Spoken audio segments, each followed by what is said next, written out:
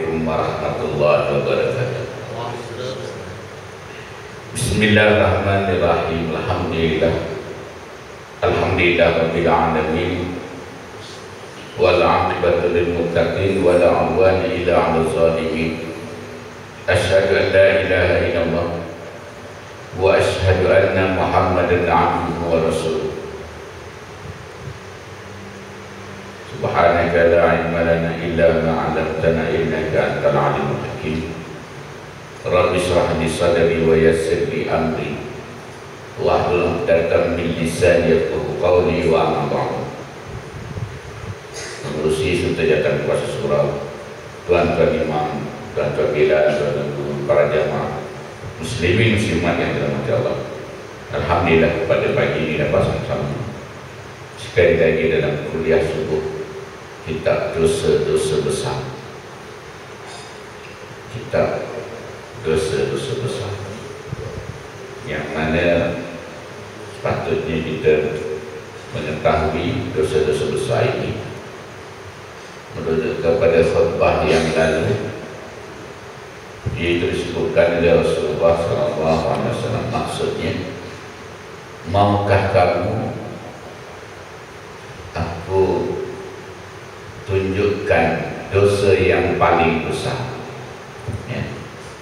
Kata Rasulullah, naklah aku beritahu kamu dosa yang paling besar? 3 kali diulang oleh Rasulullah. Ya, khutbah yang baru ini kan, yaitu bala ya Rasulullah. Mereka kata, bahkan ya Rasulullah, apa dia dosa yang paling besar? Dia kata, asyirku billah, ya, syirik kepada Allah, wa uquq bil walidain, yaitu yang derhaka kepada kedua bapa. Dua ini ialah dosa yang paling besar di sisi Allah Subhanahu wa ta'ala. Disebut kedua-dua ini beriringan. Anishkurli wali walidain, naklah kamu bersyukur kepadaku dan kedua-dua kamu. Jadi betapalah kedua-dua ini harus kita, bukan harus atau ni, wajib kita jauhi. Pertamanya jauhi melakukan syirik pada Allah, yang keduanya jauhi derhaka kepada kedua bapa. Alangkah dalam khutbah itu, tradisi baca khutbah itu di Masjid Asyakirin baru-baru ini, ya. Saya sekarang jadi qadhi daerah Toba, ya. Dalam saya punya tugas saya ialah membaca khutbah di masjid-masjid daerah Toba sebanyak 42 masjid dan 20 buah surau yang naik taraf sembahyang Jumaat. Jadi disitulah saya melihat khutbah-khutbah kita ini begitu dikarang, ya, dengan cantiknya, dengan lajanahnya, ya. Jadi antara khutbah yang saya baca yang hari Jumat baru ini lah sempena dengan hari ibu. Tapi yang malamnya dengan bapa, ibu tak dengar. Ya, tak. Jadi ibunya dengar di rumah, tak tahu lah. Ibu tak dapat dengar. Betapa seorang bapa, ya, apabila anaknya menjumpai Rasulullah SAW,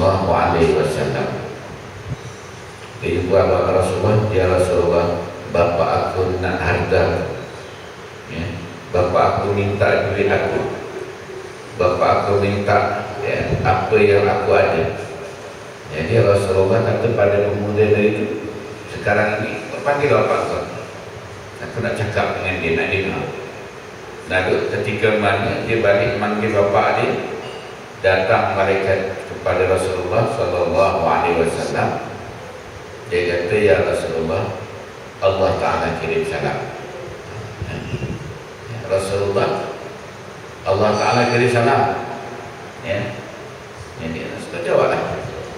Jadi maka dengan itu, kenapa Allah Ta'ala suruh engkau tanya bapa dia? Ya. Jadi bila datang bapaknya dari itu, maka Rasulullah pun tanya kepada bapak dia. Ya. Bapak dia kata, apa yang saya nak cakap ini, apa yang diceritakan oleh anak tadi. Lalu Rasulullah kata, sekarang kau cakap apa yang kau nak cakap? Dia kata, saya nak sari hidup makcik dia, saya nak sari hidup diri saya nak sari hidup keluarga saya. Jadi dia ni dah besar, dia pendapatan, duit dah cukup dah, jadi saya mintalah harta dia. Itu yang disebut oleh Rasulullah, oleh bapak budak tadi. Jadi Rasulullah kata, sekarang aku nak dengar apa yang kau kata, tetapi hanya telinga kau sahaja yang mendengar. Ini yang payah ni. Ya.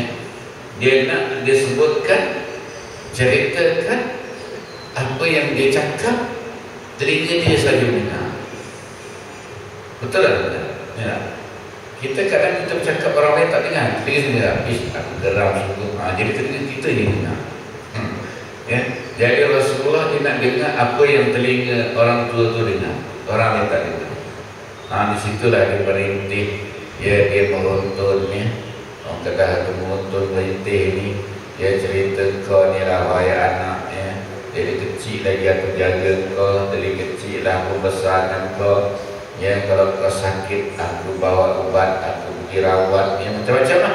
Ya, dari kecil aku, kalau kau tak tidur aku pun tak tidur. Ya, daripada 2 jari. Jadi merintih si ayah ini tidak didengari oleh sesiapa melainkan Allah Subhanahu wa Ta'ala. Merintih kedua bapa ini tidak didengari oleh anak-anaknya. Ya, merintih dia sehingga menyebabkan Rasulullah Sallallahu Alaihi Wasallam yang mengalirkan air mata ini.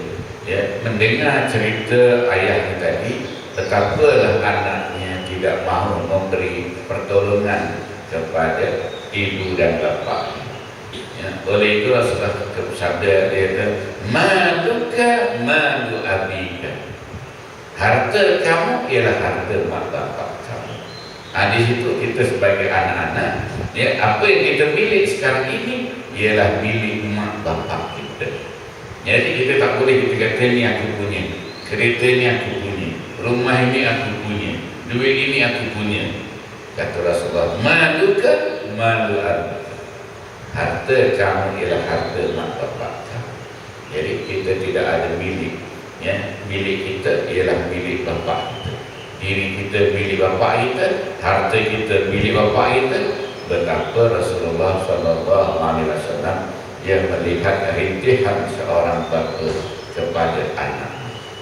Apalagi kalau bapa saman anaknya lagi ya. Yang tak habis-habis lagi kes ya, samannya bapa.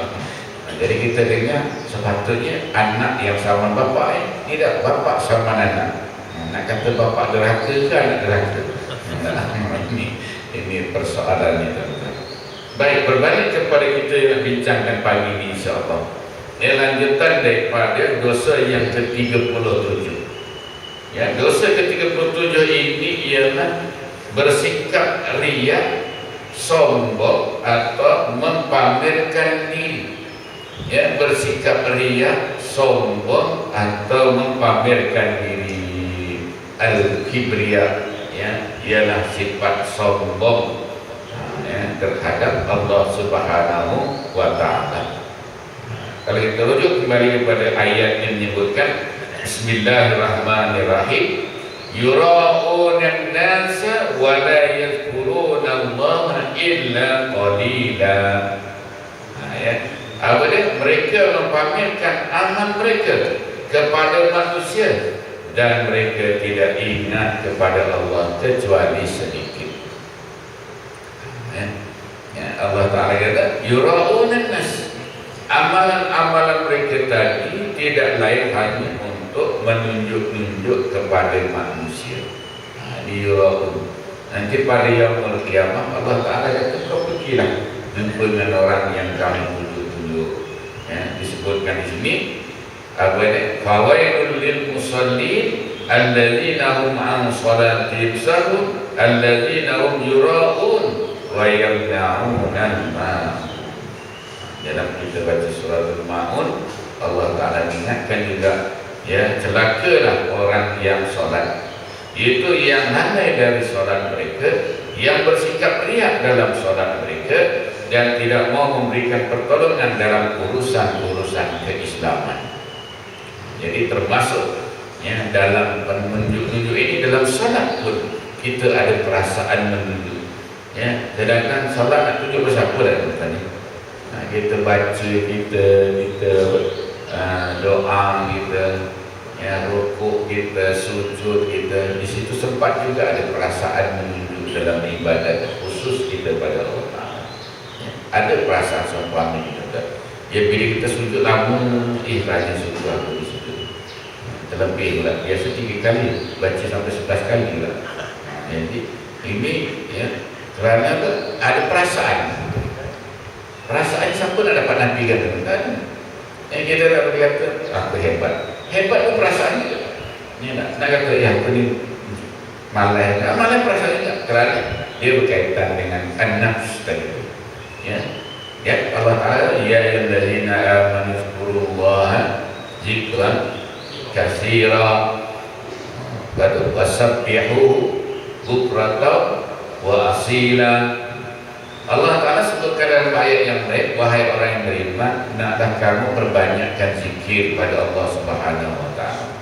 Jadi Allah suruh kita banyakkan zikir. Bila? Jika dia wasabbihu bukratan wa asila, dan banyakkan tasbih kepada Allah Ta'ala pagi-pagi dan petang-petang. Disuruh kita banyakkan zikir dan banyakkan bertasbih kepada Allah Subhanahu Wa Ta'ala pagi-pagi dan petang-petang. Benar terlihat pada hadis Rasulullah Sallallahu Alaihi Wasallam, ya, yang mana iaitu seorang yang tidak bersikap riak. Maksud hadis tadi yang akan disebutkan ini iaitu mempamerkan atau menunjukkan kebaikan dirinya. Dalam hadis riwayat Abu Hurairah menyebutkan tentang sabda Nabi Sallallahu Alaihi Wasallam, ya, tentang soal riya ini tadi. Inna awwalan nasi yuqda alaihi yawmal qiyamati rajulun ustushhida fi sabilillah fa'utiya bihi fa'arrafahu ni'amahu fa'arafaha qala fama amilta fiha qala qataltu fika hatta ushhada qala kadzabta walakinnaka fa'alta liyuqala huwa jari'un wa qad qila thumma umira bihi fasuhiba ala wajhihi hatta ulqiya finnar. Ya, apa maksudnya? Sesungguhnya manusia pertama yang diadili pada hari kiamat itu adalah orang yang mati syahid di jalan Allah. Orang yang mati syahid di jalan Allah ini adalah orang yang pertama diadili Allah. Ya, orang yang pertama dalam banyak-banyak, ya, golongan manusia pada yaumul qiyamah. Selain daripada solat yang awal ditimbangnya, awal dihisabnya, tetapi orang yang mula-mula ditanya di yaumul qiyamah nanti ini, inna awwalan nasi yuqda alaihi yaumul qiyamah, yang mula-mula yang akan dihisab, yang akan ditimbang, yang akan diadili di yaumul qiyamah ialah orang yang mati syahid. Ya, orang yang mati syahid itu salah satu daripada perkara-perkara yang menjadi keutamaan.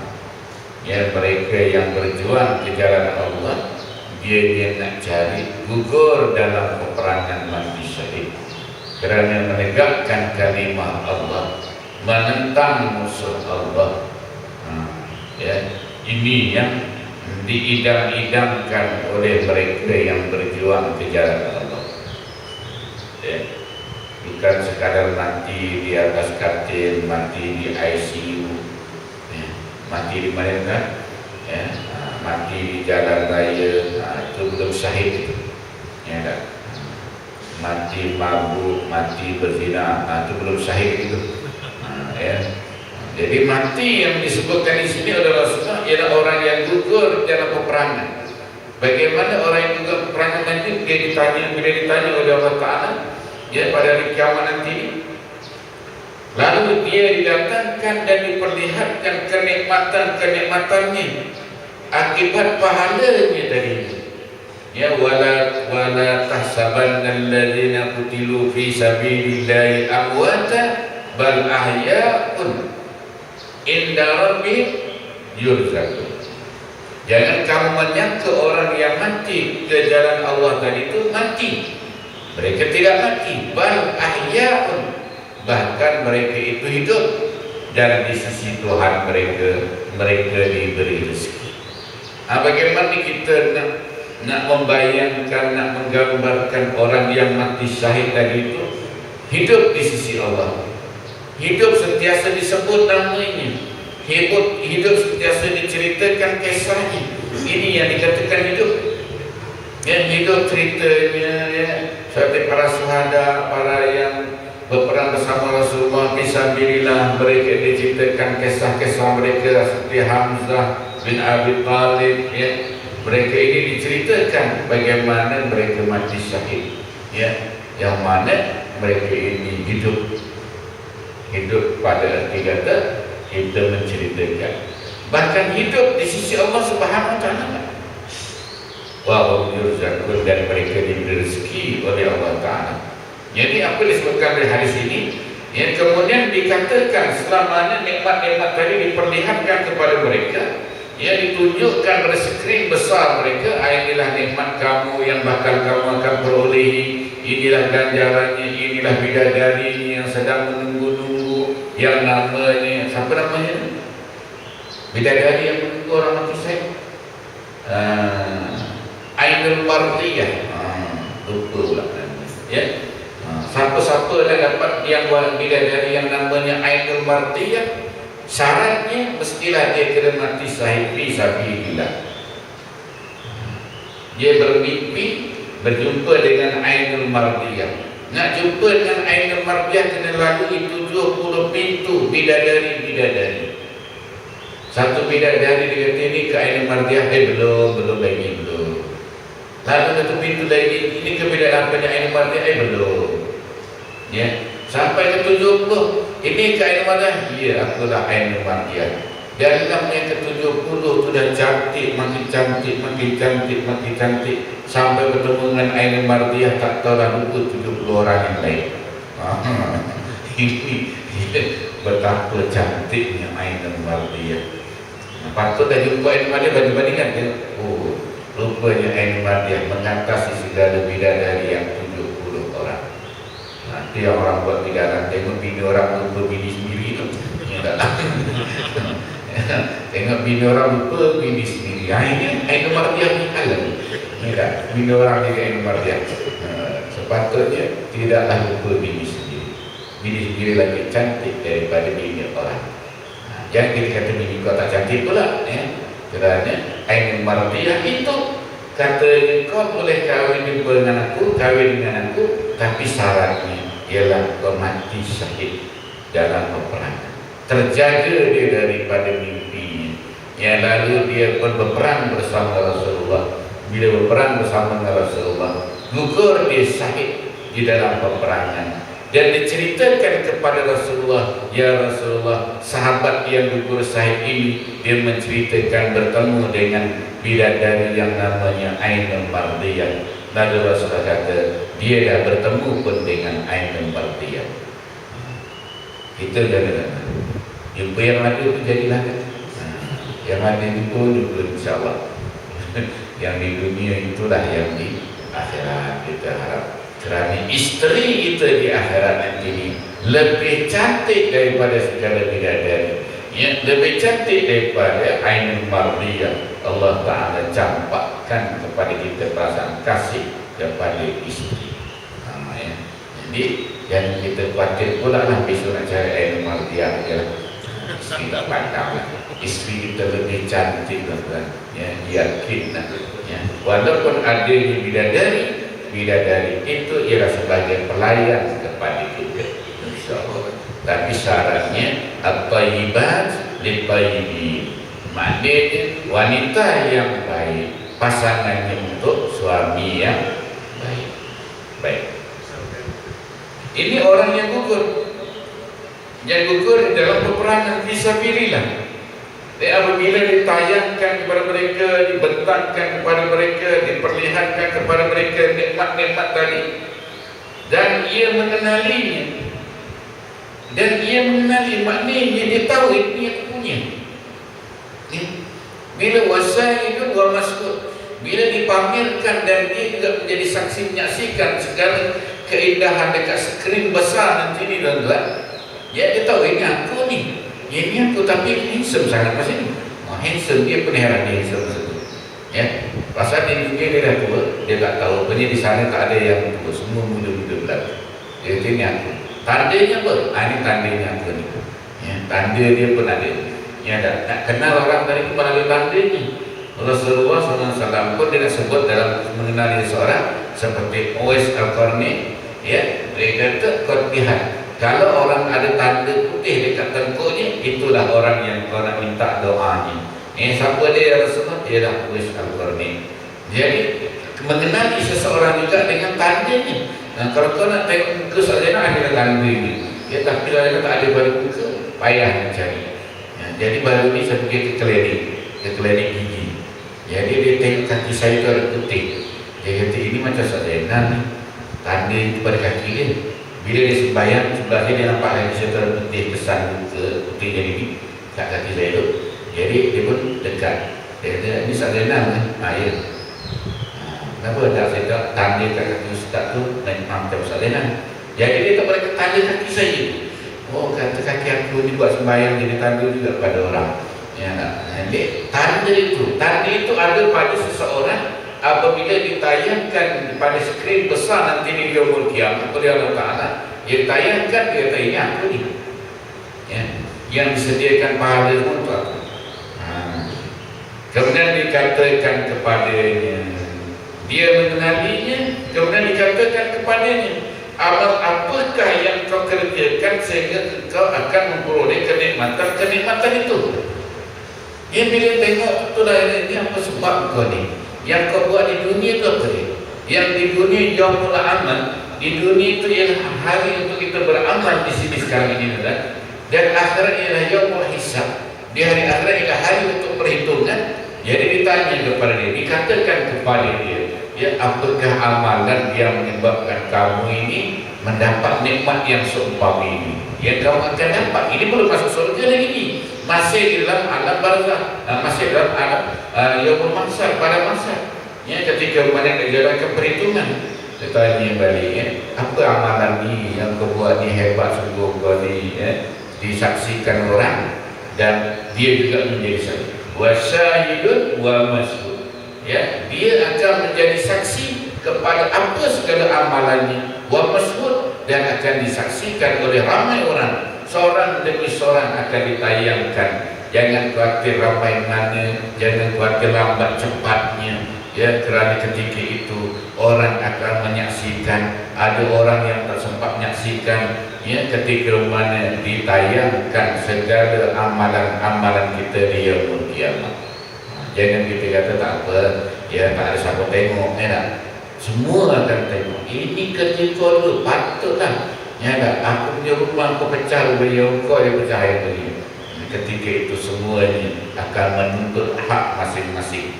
Ya, semuanya akan menuntut hak kepada orang itu. Tetapi ketika itu tidak perlu lagi dah, tak ada lagi dah nak tebus-tebus balik, ya, nak minta maaf balik dah, tak ada dah. Kerana yaumul hisab, ketika itu tidak ada lagi amalan-amalan. Ya, bila tanya apa amalan kamu ini yang begitu mengkagumkan, yang begitu bidadari dan tunggu, begitu nikmat dan sediakan, lalu dijawab oleh dia, ya, maka orang tersebut lalu menjawab, aku berperang semata-mata kerana Engkau ya Allah, sehingga aku mati syahid. Jadi dia kata yang ditayangkan ini ialah kerana dia berperang ke jalan Allah, ya, sehingga dia mati syahid.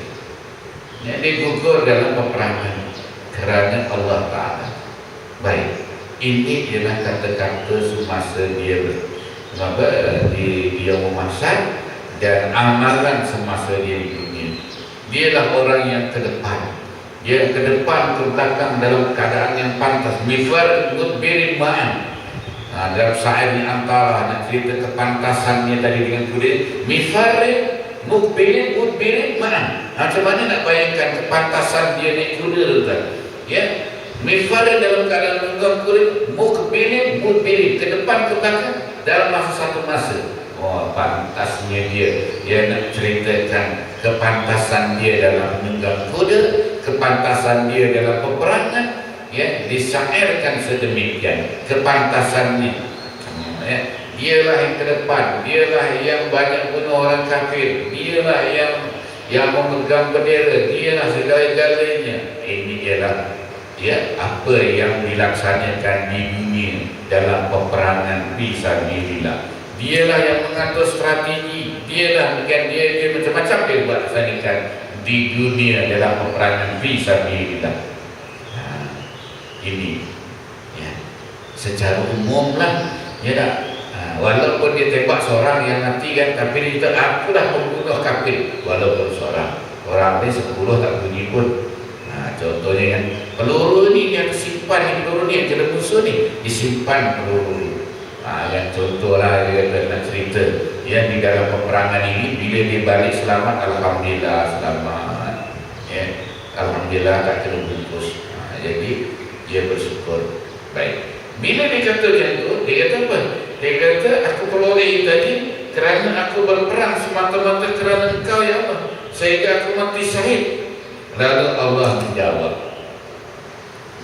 Allah menjawab, engkau adalah pendusta. Ya, katanya qala kazabta, engkau ialah pendusta. Sesungguhnya engkau berbuat demikian agar engkau disebut sebagai seorang pemberani, seorang pahlawan. Yang kau berjuang dalam peperangan itu tadi supaya disebut ini orang yang gagah, orang yang berani ke depan, tak kira bujur lalu melintang patah. Datanglah siapa pun, insya-Allah dia boleh tentangnya, supaya dia dikatakan engkau ini ialah pahlawan, engkau ini orang yang gagah, engkau ini orang yang hebat. Dalam hidup kau ni sudah disanjung pun dia kata. Kemudian engkau berbuat demikian agar engkau disebut sebagai seorang pemberani, seorang pahlawan. Kemudian malaikat diperintah agar menyeretnya atas mukanya dan melemparkannya ke dalam neraka. Wal'iyadzubillah. Apa lagi? Ya, ini termasuk dalam dosa-dosa yang besar. Kalau jihad ke jalan Allah sehingga gugur syahid pun, Allah Ta'ala persoalkan peperangannya, amalnya di dunia. Ya, sedangkan sebelum dia nak perang syahid tadi itu, dia sudah bersedekah, dia sudah beramal soleh, sembahyang bersama Rasulullah mungkin, ya, atau pengikut sunnahnya Rasulullah. Dialah ke depan, dialah mengatur strategi, dialah yang merancang, dialah membentukkan peruntukan dan sebagainya. Nak dikatakan dia orang yang hebat. Dan dikatakan pun dalam hadis yang lain, memang dia dikatakan pun orang yang hebat setelah mati. Maka inilah yang Allah Ta'ala dengar di hati, ya, yang tahu ma fis sudur, apa yang di dada seseorang, di hati seseorang, Allah Ta'ala tahu. Innamal a'malu binniyah, ya, amalan tadi dengan niat. Apa niat kita? Niat nak datang sesuatu, buat perbuatan dari itu, ya, nak buat satu perbuatan, apa niat kita? Ya, sebab tu kita kena istighfar, kena istiqomah, ya, mudah-mudahan, ya. Jadi ini niat ini, berbagai-bagai niat kita boleh ada. Dalam satu masa niatnya bertukar-tukar macam-macam. Dalam satu masa kita boleh niat macam-macam. Mula tu niat nak buat elok lah, tapi sampai jadi buat jahat. Niat nak mengaji lah, tapi jadi tempat lain pula mengaji. Ya, niat nak sembahyang lah, tapi jadi tempat lain pula. Ya, jadi perubahan niat ini selagi mana belum sampai kepada pelaksanaannya, dia dilihat kepada apa perancangan-perancangannya untuk melaksanakan niat yang telah dirancang. Ini perancangan. Ya, niat kadang berubah-ubah. Ya, niat itu bagus dah, insya-Allah. Tetapi bila sampai masanya, tak jadilah. Jadi niat ini dia mikir oleh Allah Subhanahu Wa Taala. Innaman a'malu binniyat. Sesungguhnya amalan itu dengan niat. Betapa orang yang dah gugur syahid pun, ya, yang mana dia dah dikatakan syahid dalam peperangan, dia berjuang, ya, ada yang menawarkan diri nak pergi ke Afghanistan, menawarkan diri nak pergi ke Palestin, menawarkan diri nak pergi ke Syria, Chechnya dan sebagainya untuk mencari gugur di dalam peperangan. Ini yang hebat, ya, hebat mereka. Tinggalkan istri, tinggalkan anak-anak, ya, sama-sama naik kapal pergi ke Palestin, ya, kapal apa tu yang kena kawan kan, ya, duduk dalam kapal tu pula lagi. Tetapi dalam masa yang sama, dia dengan istrinya, dengan anak-anaknya, dia orang yang bermasalah besar di dalam rumah tangga. Dia tinggalkan istrinya, dia tinggalkan anak-anaknya, dia guna nama untuk pergi berjuang ke jalan Allah, ke Palestin sana, tuan-tuan. Tetapi istrinya datang mengadu jumpa saya. Dalam masa yang sama, dia ini juga berjumpa dengan saya. Ya. Jadi bagaimana Allah Ta'ala menguji, ya, kesabaran istrinya yang membawa dia ke hulu kiri sebagai driver dia, ya, hulu kiri menjadi pilot suaminya untuk bersama, untuk camping, untuk buat kutipan dana, ya, kutipan Palestin dan sebagainya. Tetapi dia antara orang yang bermasalah di dalam rumah tangga. Ini yang kita kata Allah Ta'ala tengok, ya, benarlah dalam hadis ini.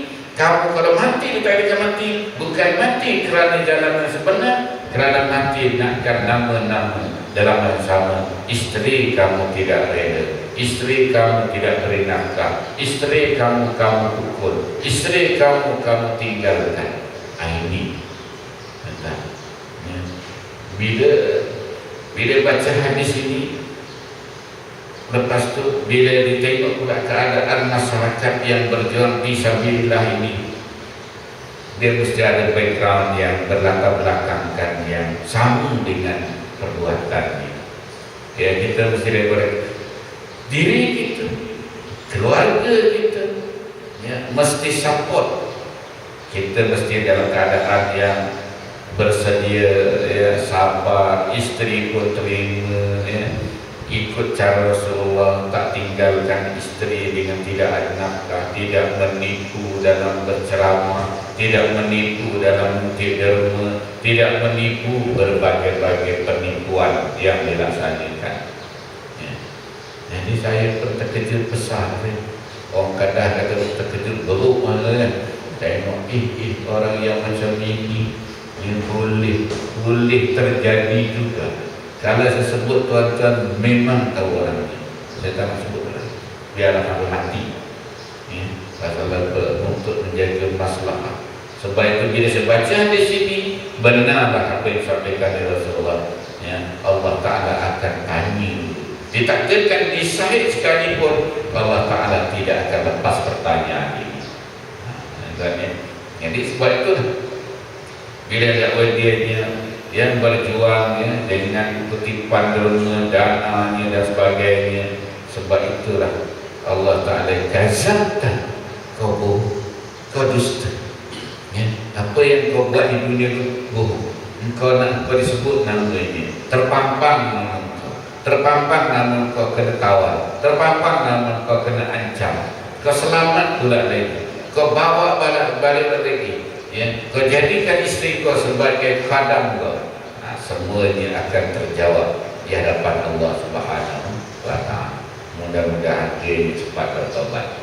Bila saya kata cik kena tobat, tak ada maknanya cik berjihad, isteri jadi cik buatnya. Jadi habis pendapatan isterinya untuk melaksanakan tuntutan cita-cita suami. Ini. Kemudian Allah Ta'ala summa umira bihi fasuhiba ala wajhi hatta ulqiya finnar. Kemudian malaikat diperintahkan agar menyiritnya atas muka ni. Maknanya mukanya disirit. Ya, diterapkan muka disirit dan melemparkannya ke dalam neraka. Punya bagus dilihat dengan pandangan yang bagus, tiba-tiba kena seret mukanya, ya, dan dicampakkan ke dalam neraka. Orang lain disiret saya, tetapi dia disiret dengan mukanya. Mukanya tertelap disiret, ya, untuk dicampakkan ke dalam neraka. Walhamdulillah. Ini satu golongan yang mana mereka tadi, ya, di dalam peperangan. Yang kedua berapa?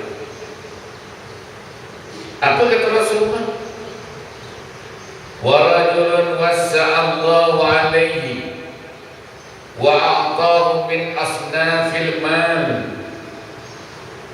fa'utiya bihi fa'arrafahu ni'amahu fa'arrafaha qala fama amilta fiha qala ma taraktu min sabilin tuhibbu an yunfaqa fiha illa anfaqtu fiha laka qala kadzabta walakinnaka fa'alta liqala huwa jawad faqad qil thumma umira bihi fasuhiba ala wajhihi hatta ulqiya finnar. Ini satu golongan lagi dalam melakukan dosa besar yang mana Allah Ta'ala tak suka, ialah disebut ini seseorang yang diberi oleh Allah Ta'ala bermacam-macam harta benda. Harta benda di dunia ini macam-macam dia. Dia memiliki harta kekayaan di dunia ini, lalu dia didatangi dan diperlihatkan kepadanya, ya, kenikmatan-kenikmatan sebagai pahalanya, dan ia melihatnya dan mengenali semuanya itu. Ketika mana dia datang pada masyarakat ini dalam keadaan yang sama ditunjukkan, inilah pahalanya, banyaknya aku punya pahala, banyaknya bidadari, banyaknya singgasana, banyaknya, ya, tempat-tempat tinggal aku nanti di dalam singgasana. Ya, benarlah, ya, apa dijadikan oleh Allah Ta'ala. RM1 kita tanam seumpama terbitnya satu tangkai, satu benih, ya, yang satu benih jadi 7 tangkai, setiap tangkai menjadi 100, maknanya 707. Benarlah janjinya Allah. Segala-galanya dipamerkan oleh Allah kerana itu janji Allah. Yang kita nak cari janjinya Allah, yang kita nak cari ialah keredaannya Allah. Dalam amalan kita ini yang nak cari ialah janjinya Allah, yang cari ialah keredaannya Allah. Radhiyallahu anhum wa radu anhu. Allah redha kepada mereka dan mereka redha dengan Allah Subhanahu wa Ta'ala. Itu yang bilang kita nak cari dalam amal kita ini.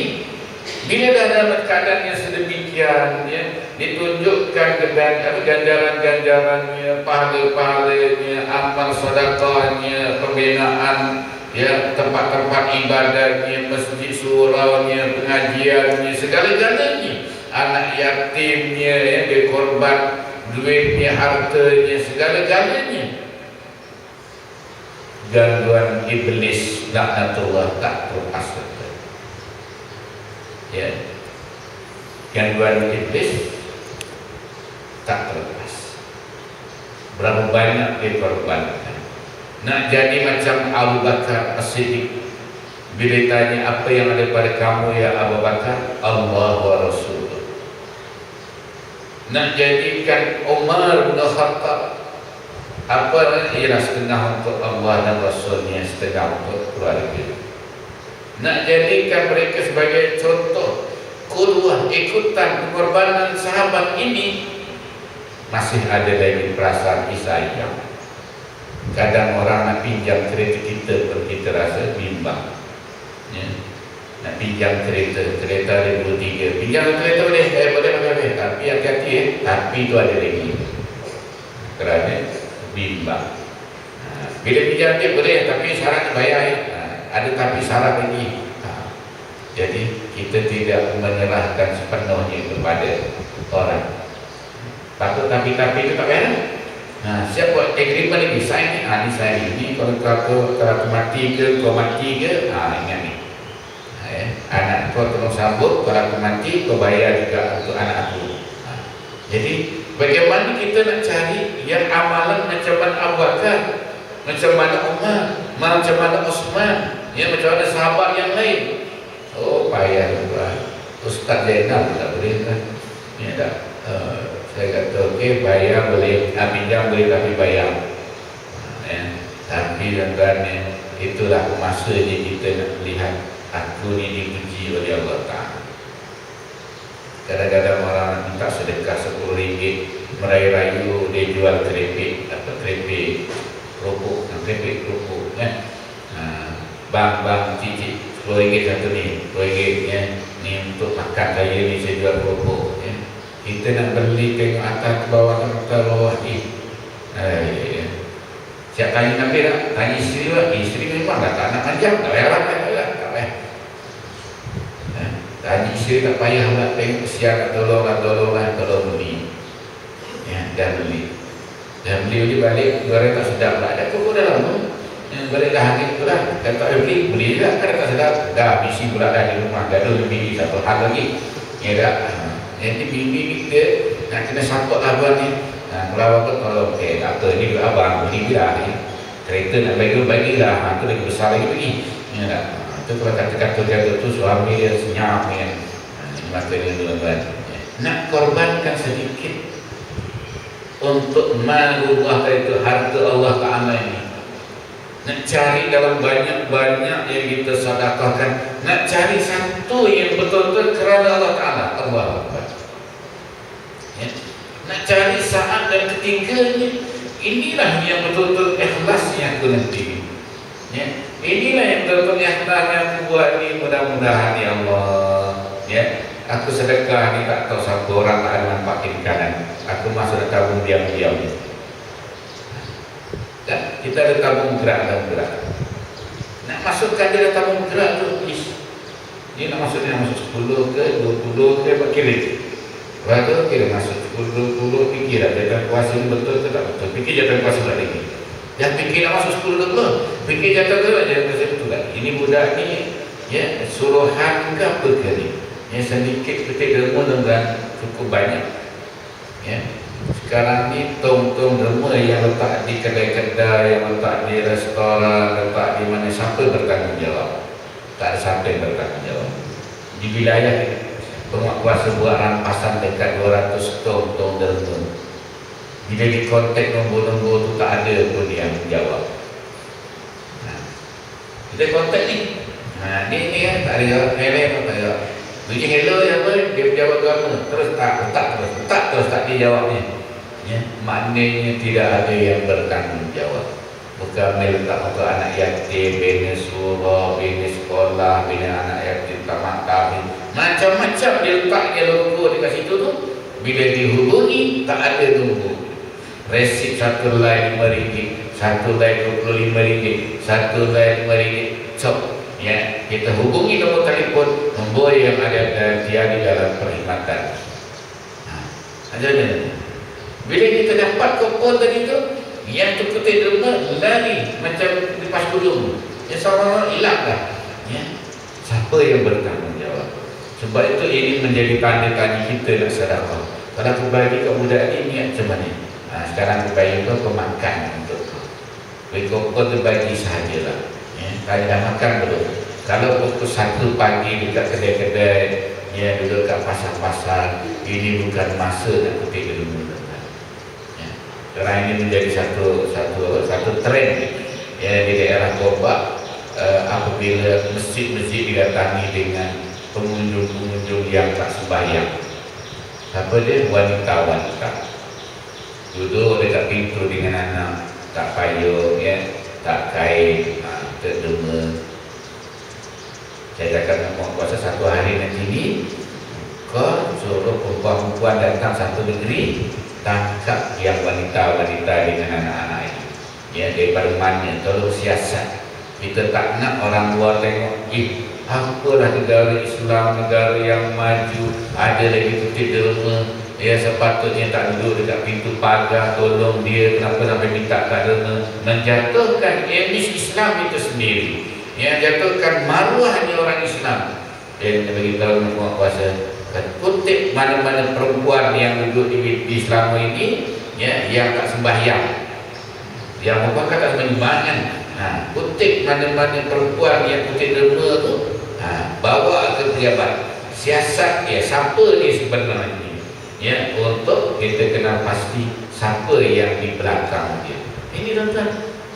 Ya, jadi sebab itulah kita nak bersedekah ini, nak cari ini lah. Kita khawatir apa disebabkan ini. Bila amal dari tunjukkan semua, amal apakah yang kau lakukan sehingga memperoleh kenikmatan? Orang itu jawab, aku tidak pernah meninggalkan sedekah pada jalan yang kau redha ya Allah. Yang semata-mata aku bersedekah infak kerana Engkau ya Allah semasa di dunia dulu. Dia masa ini. Ya, benar? Lalu Allah Taala berfirman kepadanya, engkau adalah pendusta. Kazabta. Dah habis dah hartanya. Dan Allah Taala sifatkan pembohong. Di mana pembohong ni? Ya, mungkin dalam banyak-banyak ada satu kita bohong, ada satu kita nak kita dikatakan apa sini? Sesungguhnya engkau berbuat yang demikian agar engkau disebut sebagai seorang yang dermawan. Kerana banyak derma engkau dikatakan dengan dermawan. Kerana engkau banyak juta disebut jutawan. Ya tak? Jadi kenapa kata ini? Agar kau disebut sebagai seorang dermawan. Faqadatin katanya. Dan sesungguhnya memang pun kau dikatakan orang dermawan. Ya, sebut dermawan ini, jutawan ini, hartawan ini. Ya, yang mana terkenal orang ini. Kalau apa-apa kau jumpa dengan dia, insya-Allah dia dapat dia bagi punya. Kerana dia adalah orang yang dermawan, orang yang banyak membantu. Ya, tak ada masalah ni, kau jumpa insya-Allah kau buat sikit surat, dapatnya bantuan dermawan. Dan dikatakan pun kau memang orang yang dermawan di dunia dulu. Jadi tuan-tuan, ya, macam mana? Kita nak tolong orang, ya, kita tolong dengan lillahi ta'ala, tiba-tiba ketika itu terlintas di hati kita. Sampai nak orang kata kita ni orang yang hebat, orang yang baik, orang yang suka menolong. Ya, kita berpegang dengan hadis Al-Quran, ya, kita yakin dengan janji Allah.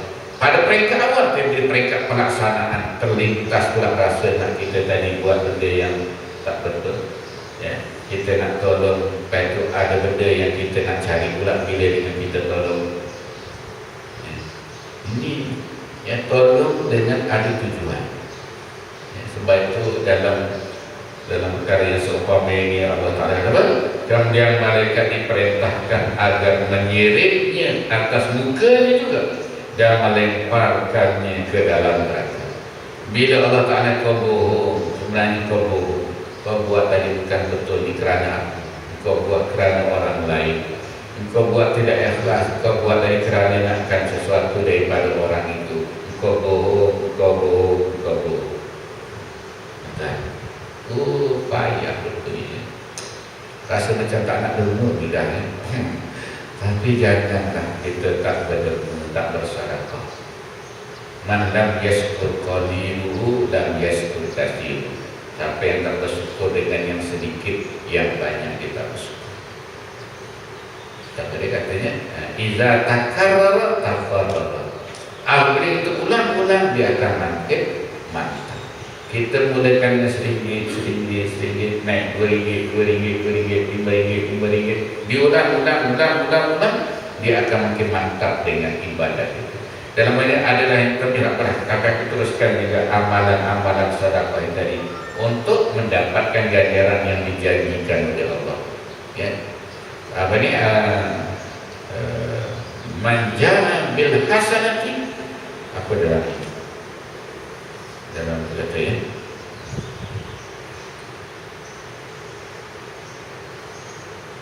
Ini sejak itu. Manakala seseorang tadi datangkan dengan satu kebaikan, digandakan dengan 10 kebaikan yang sama. Digandakan 10.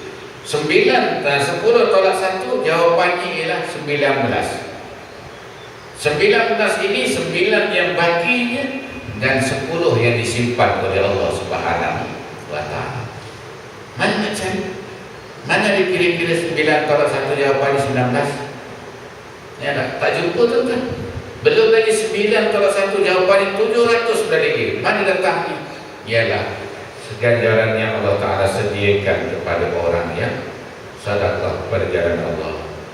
Ya, kita tadi kalau nak sedekah niatkan untuk diri kita, isteri kita, anak-anak kita, bapa kita, mak kita dalam kita bersedekah. Lalu saya ingat, sekarang saya ceramah saya di masjid di daerah Gombak, saya kempen sedekah. Ya. Jadi bila kempen sedekah ini ya, di daerah Gombak ni saya pergi masjid, ada 5 masjid apa yang pakai kipas besar. Besar. Ya, kita masuk ke macam tepi pantai situ, berani dia bukan berani, ini kan kipasnya harga macam-macam pusingan ni. Dia agak selari pusing. Jadi sejuk. Saya tak pandang lah atas tu. Kata situ semua. Kita aircon tak ada. Dia tu cuba tak pandang atas. Oh, 2 kipas tu. Satu kipas nilainya 42,000. 2 dah 84,000. Umumkan minggu ini, hari Jumaat, minggu depan dah datang cek dalam tong derma. Satu cek 42,000. Cash kat lagi. Nah tuan-tuan, saya sebagai nazim masjid mohon beri sumbangan para jamaah untuk kita beli 2 buah kipas bergergasi. Dalam sebut seminggu depan buka peti besi, ada satu cek nilai 42,000 daripada hamba Allah mana tak tahu. Ya. Jadi bila kita sejuk kita alhamdulillah. Tanya tuan aja, lama mana kita tanya? Malas tak? Siap Ustaz. Minggu pertama dah dapat 1 dah. Minggu pertama 1 dah. Macam mana? Derma dalam tong derma. Ya. Saya tanya macam mana api dia punya penggunaannya boleh save 50% 1 bulan. Dia boleh padam, boleh tak guna kipas sebanyak dekat 20 kipas dia tak guna. Jadi dia guna 2 kipas tadi 1 jam ke berapa ya 90 sen. Dia rate tu 90 sen. Rendahnya tu 90 sen. Nak kata 1 jam tu lama saya ambil 1 minit ke ya, 1 minit 90 sen. Tapi 1 minit tak patut sangat. Maknanya itulah rate dia. Sebelum daripada kutipan bayaran bil daripada RM5,000 kepada RM2,500 1 bulan. Dia boleh save RM2,500 1 bulan dengan pakai kipas besar. Ya. Jadi ini pengorbanan. Ya.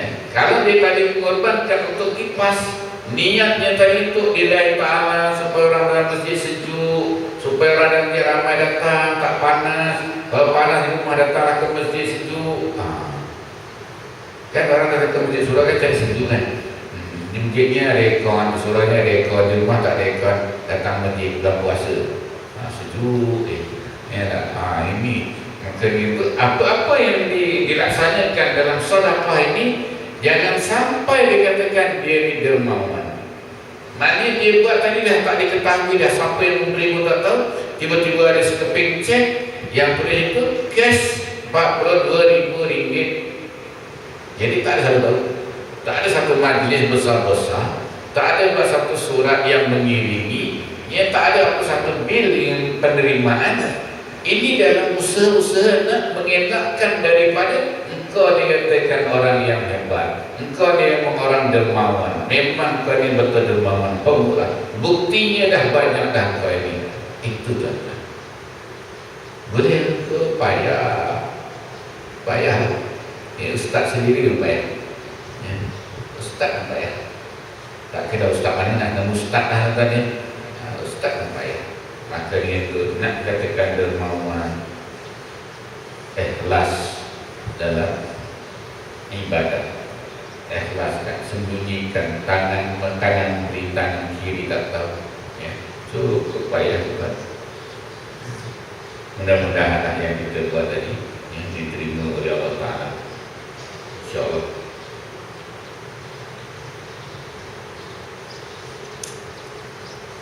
Dan yang akhirnya hadis Rasulullah SAW masih ada cerita yang sama.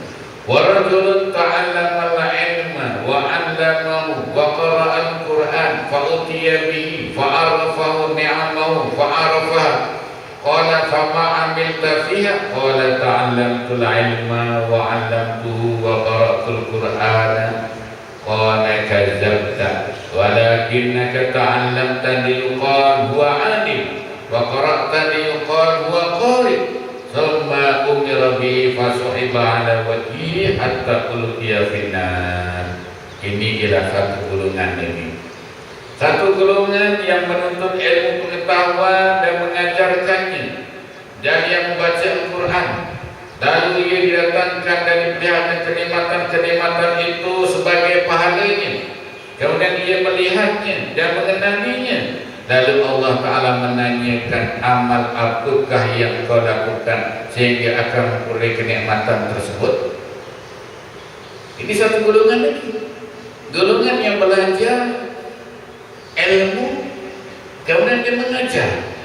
Ini yang menjadi sebab untuk dianya terkenal, dianya masyhur, dianya pakar. Ya, apa-apa pun dengan sebab dia belajar, dia mengajar, dia belajar Quran, dia mengajar Quran, dia membaca Quran. Ialah satu-satunya amalan yang baik di dunia. Ya, katanya kita belajar agama, mengajar agama. Dan mengajar agama itu disampaikan macam mana keadaannya. Ya. Keadaan saya datang mengajar, keadaan tuan-tuan datang belajar. Niat macam mana, ya, lepas tu ada pula sagu hatinya, ada bayarannya, ada kedatangan yang ramainya, ada rakamannya, ada tunjukkan pakai skrin besar pula lagi. Semua ini ialah merupakan ancaman-ancaman, tidak kurang dengan ancaman kepada yang lain tadi. Kalau kita kata orang yang mati syahid, terkorban dia mati syahid, orang yang bersedekah habis hartanya, orang yang mengajar, orang yang belajar agama, orang yang belajar ilmu fardu kifayah. Ya, bukan selesai hanya ustaz-ustaz. Kadang dalam ilmu-ilmu yang lain pun, ya, ilmu sains ke, ilmu bio ke, ilmu matematik ke, ilmu berbagai-bagai ilmu lah tuan-tuan. Disebutkan man ta'allama, dia ta'allamtul ilma wa 'allamtuhu. Aku belajar satu ilmu dan aku mengajarkan. Khairun nas man ta'allama al-Quran wa 'allama. Kata Rasulullah, sebaik-baik orang ialah orang yang belajar Al-Quran wa 'allama, dan mengajar Al-Quran. Itu sebaik-baik manusia. Tidak ada yang paling baik. Man ta'allama al-Quran wa 'allama al-Quran khairun nas. Orang yang paling baik ialah orang yang belajar Quran, lepas dia mengajar Quran, mengajar tafsirnya, mengajar tajwidnya, mengajar lagunya. Ya, kemudian dia baca Quran dari dengan bacaan-bacaan yang berbagai-bagai. Qiraat sab'ahnya, qiraat asarahnya, qiraat yang asarnya, qiraat 12, qiraat 10. Ya, bacaan yang berbagai, qaulun, qamul, nukasir, sebagainya. Dia dibacakan, menyampaikan keadaan yang peta, yang lancar, dalil sana, dalil sini, petikkan sana, petikkan sini. Bagaimana kembali kepada niat? Oh, payah. Payah. Saya mengajar, antara tugas mengajar dari berumur 25 tahun sampai sekarang dah 65 pula. Balik 56 tahun.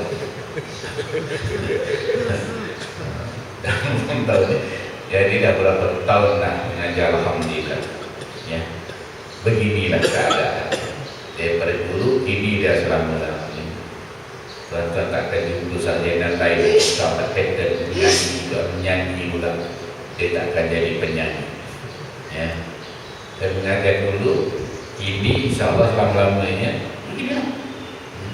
dengan kehadirannya, dengan penyampaiannya, dengan baca bukunya, itu yang saya mahu.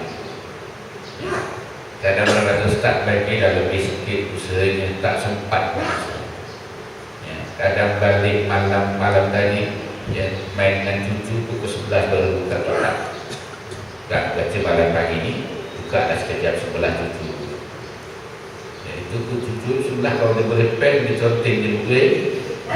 Jadi sempatlah juga. Maknanya bila tengok hadis ni, baca sikit. Okey, kalau sempat cari pelajaran. Dulu kini, insyaAllah berikutnya. Daripada umur 25 sampai 56 tahun. Kerja dakwah. Kalau kita lihat, itulah jalurnya. Kalau kita lihat orang lain kan, dia sedang menunjuk naik ramai. Tak minta maaf atas sebut nama Ustaz Azhari terus kan. Ustaz Azhari itu kan yang penceramah yang memang diminati, yang disuka ramai cara penyampaiannya. Kalau kita buka dia punya YouTube tu, saya tengok YouTube dia cukup ramai. Saya tengok ribuan orang yang buka. Bila itu ramai, Masya Allah, Alhamdulillah. Saya amat bersyukur kerana tradisi orang mengaji, orang yang menyampaikan ceramah telah berubah. Di Masjid Amaniyah baru-baru ini buat ceramah di WhatsApp-nya berasa pergi daerah. Saya tengok, Masya Allah, di luar penuh, dalam penuh, parking berjauh. Kerana Ustaz Azhar terus. Mana nak cari penceramahnya tu? Saya mengajar dah lama dah, tapi penuh semua ni. Jadi kadang-kadang pasal itu saya punya kelemahan. Saya akui. Saya soal itu beri ceramahnya, penyampaiannya, guna dengan bahasa Tenggara. Kadang saya dengar, tak faham apa benda cakap dia dengan dalam bahasa Tenggara pekatnya kan. Jadi itu menjadi ramai yang datang. Ustaz Haslin Bollywood dengan lagu Hindustani, dengan bacaannya pun jadi peminat. Ini semua anugerah Allah Ta'ala kepada seseorang yang menyampaikan ilmunya. Jadi bagaimana mereka ini? Jangan kita persoalkan. Bagaimana keikhlasannya? Azhar sekalian buat ceramah, kutipannya 18,000. Dia masjid mana buat dapat 25,000. Ini bukannya dia minta. Dia cuma kata kalau dia pergi ceramah, dia gunakan dia punya set, PA sistemnya, mic, semua guna dia punya. Kita boleh tak pakai dia punya sistem. Pasal dia ada buat rakaman, ada dia punya community dia siap untuk membuat rakaman ceramah dia. Alhamdulillah. Kalau di Malaysia ni ada 100 orang macam ni, dan aman Malaysia insyaAllah. Tak bergaduh. Kerana apa? Cuba memahami Islam itu melalui cara yang santai. Baru ni kami buat forum dekat Lake Julia dekat tempat di Gombak lah. Kita sediakan 500 kursi. Dia kata banyak kursi daripada orang ustaz. Tak apalah, biarlah jin-jin yang duduk kat kursi yang kosong. Tiba-tiba tak cukup kursi. Duduk dikeliling, kan buat dia celah-celah apa ni? Parkman, kiri kanan parkman, jadi buat tengah-tengah tu tempat parking. Kita buat forum, turun yang di atas turun. Dengan siapa namanya, Ustaz yang guru Quran tu, siapa namanya, yang bawa qasidah tu, bawa dia. Bila dengar suaranya tu, orang turun berderu orang turun. Masya Allah. Dengar suara dia, suara tu puncak tak turun lagi. Pasal ucapan arwah ni saya belum pernah tak turun. Bila dengar qasidah dia boleh dengar, berderu orang turun dari apartmen. Oh Masya Allah, kata inilah hebatnya pendakwah itu tuan-tuan. Jadi saya harap kita harapkan mudah-mudahan aman ibadahnya tadi itu dalam menyampaikan ilmu, membaca Qurannya, qasidahnya, tidak disifatkan oleh Allah Ta'ala kazabtan. Orang yang jadi dia tahu, dia boleh baca hadis ni dia tahu. Macam saya bila baca hadis ni saya tahu. Kenapa saya nak menipu, kenapa saya nak berdusta, kenapa saya harapkan yang sedikit, kenapa saya harapkan yang orang ramai, kenapa saya nak menjadi kelima, tak perlu nak kelima. Sebab tu saya punya pendekatan saya berdakwah, 3 orang dah cukup dah.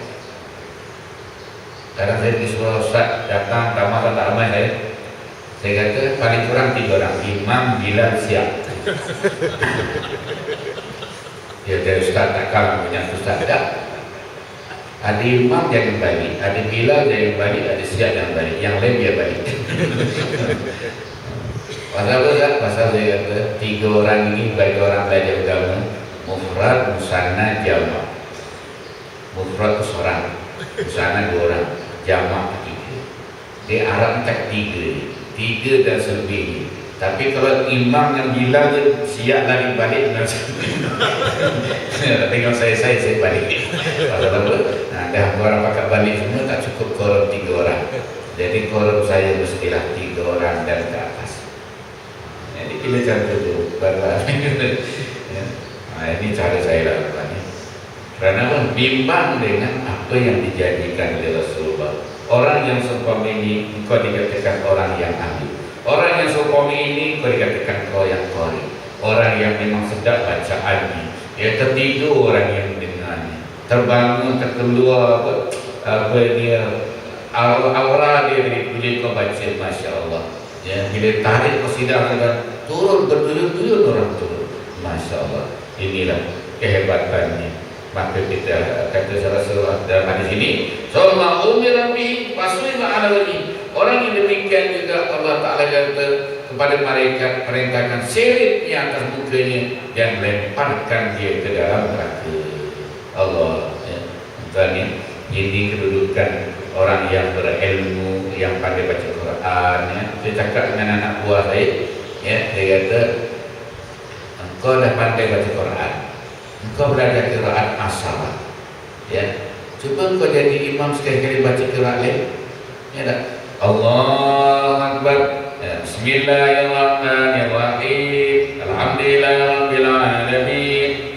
Bila kita pada ihdinas siratal mustaqim siratal ladzina an'amta 'alaihim ghairil maghdubi 'alaihim waladdallin.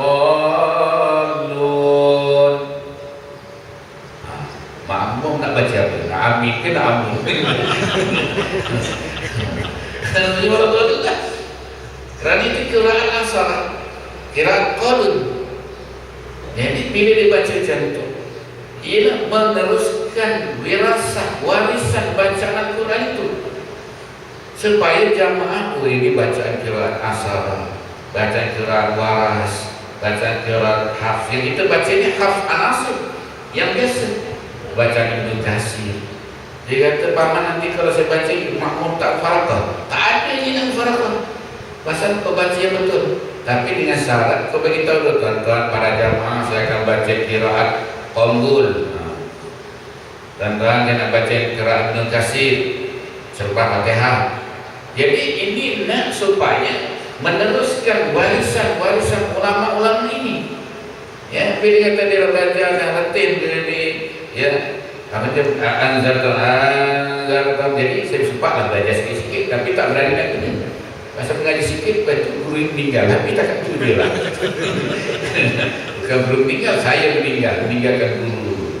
Mana dia tak boleh. Bagi anak buah saya cakap dia banyak kali juga. Engkau ajarkan qiraat asal yang kau belajar. Kau sebar luaskan, itu ialah amal jariah engkau, amal jariah orang yang mengajar. Berterusan sampai kepada Rasulullah SAW. Kenapa tidak aku teruskan? Quran ini memberani kalau tak dimulazamahkan dia lupa. Ya, coba kau baca qiraat waras macam mana? Dalam surah Fatihah.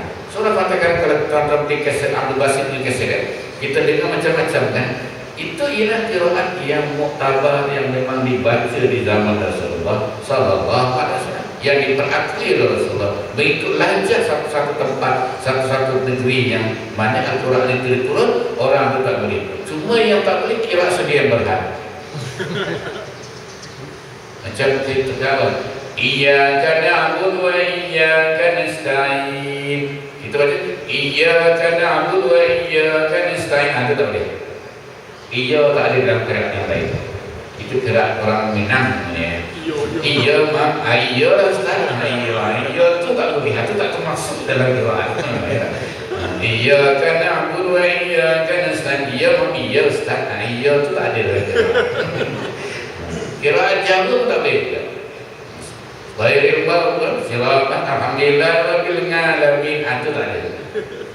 Jauh ni kira tak termasuk dalam kira yang mengkata.